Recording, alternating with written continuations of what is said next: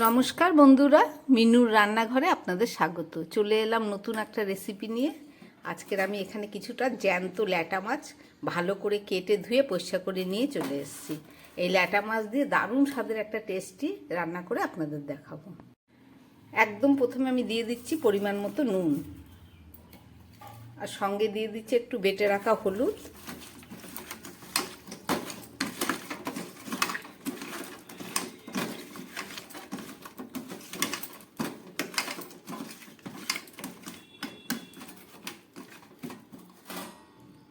মাছগুলোকে খুব ভালো করে নুন হলুদ মাখিয়ে নিয়েছি। এটা এখন 5-6 মিনিট থাক, তারপরে বাকিগুলো পরে দেখাচ্ছি। মাছগুলো রান্না করার জন্য একটা কড়াই বসিয়ে দিয়েছি। আমি তার মধ্যে দিয়ে দিচ্ছি পরিমাণ মতো তেল।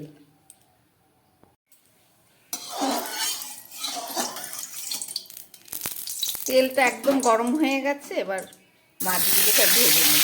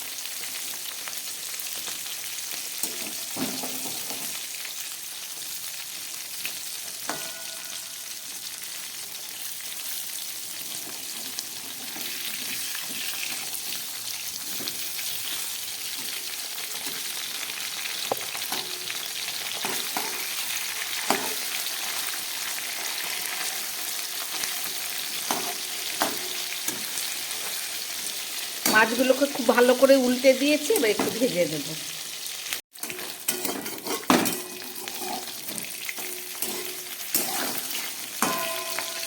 খুব কড়া করে সুন্দরভাবে মাছগুলোকে আমি ভেজে নিলাম, এবার তুলে ফেলছি।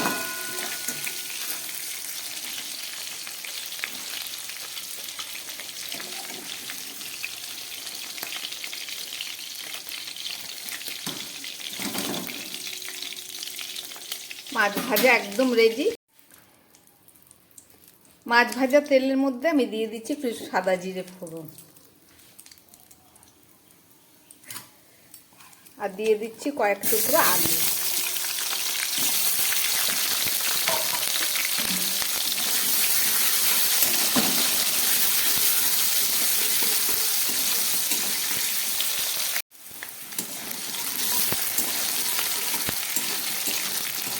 আলুগুলো হালকা করে ভেজে নিলাম, এবার দিয়ে দিচ্ছি এতে কেটে রাখা পেঁয়াজ।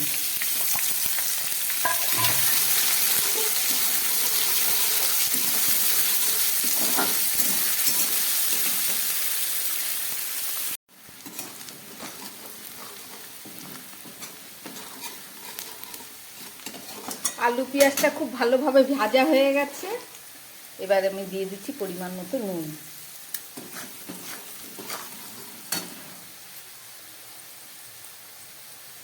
আর দিয়ে দিচ্ছি একটু টমেটো।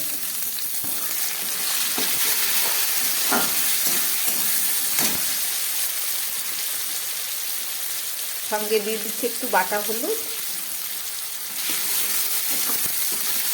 আর এখানে হাফ পেঁয়াজ, 2 কোয়া রসুন, একটু আদা আমি বেটে নিয়েছি, সেই মশলাটাও দিয়ে দিলাম। এবার একটু ভালো করে ভেজে নিয়ে আদা রসুনের কাঁচা গন্ধটা চলে যাওয়ার জন্য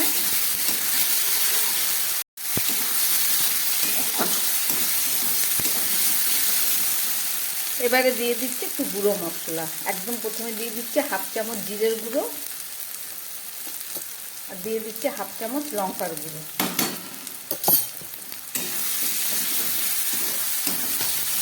সঙ্গে দিয়ে দিচ্ছি একটু মশলা ধোয়া জল।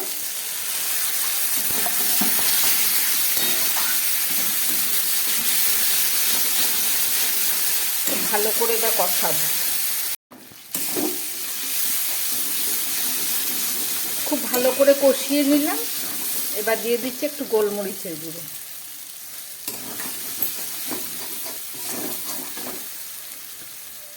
আর সঙ্গে দিয়ে দিচ্ছি একটু কাঁচা লঙ্কা।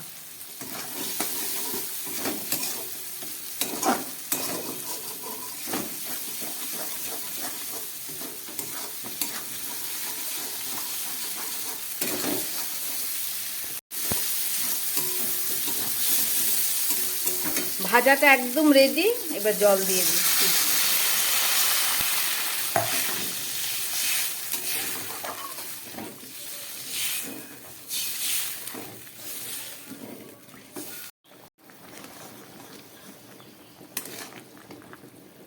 ঝোলটা খুব ভালোভাবে ফুটে গেছে, এবার আমি ভেজে রাখা মাছগুলো দিয়ে দিচ্ছি।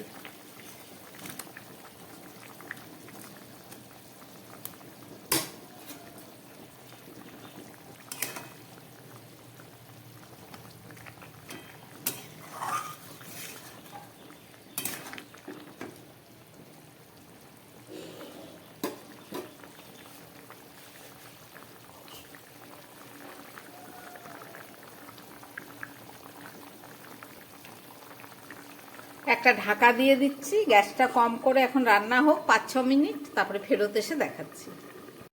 প্রায় 5-6 মিনিট পরে ফেরত আসলাম।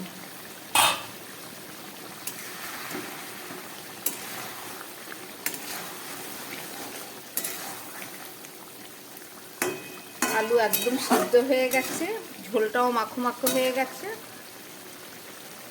এবারে আমি দিয়ে দিচ্ছি খুব সামান্য একটু গরম মশলা, গুঁড়ো গরম মশলা।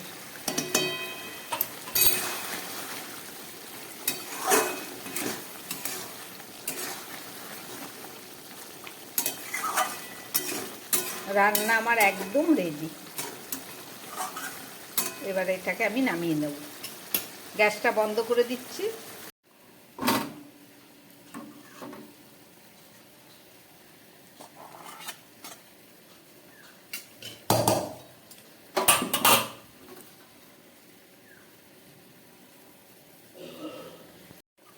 রান্না করলাম জ্যান্ত ল্যাটা মাছ আলু দিয়ে।